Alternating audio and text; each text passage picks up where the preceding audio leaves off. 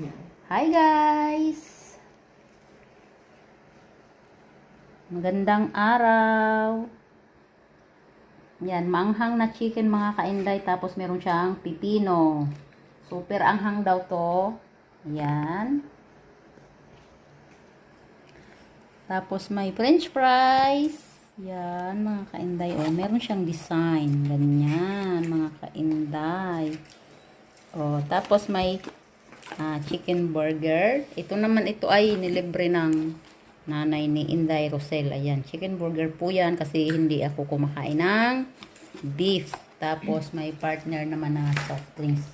Ayan. So, yan lang mga kainday. Share lang ang pagkain ngayong araw. So, yan po mga kainday. Bye-bye. Maraming salamat po.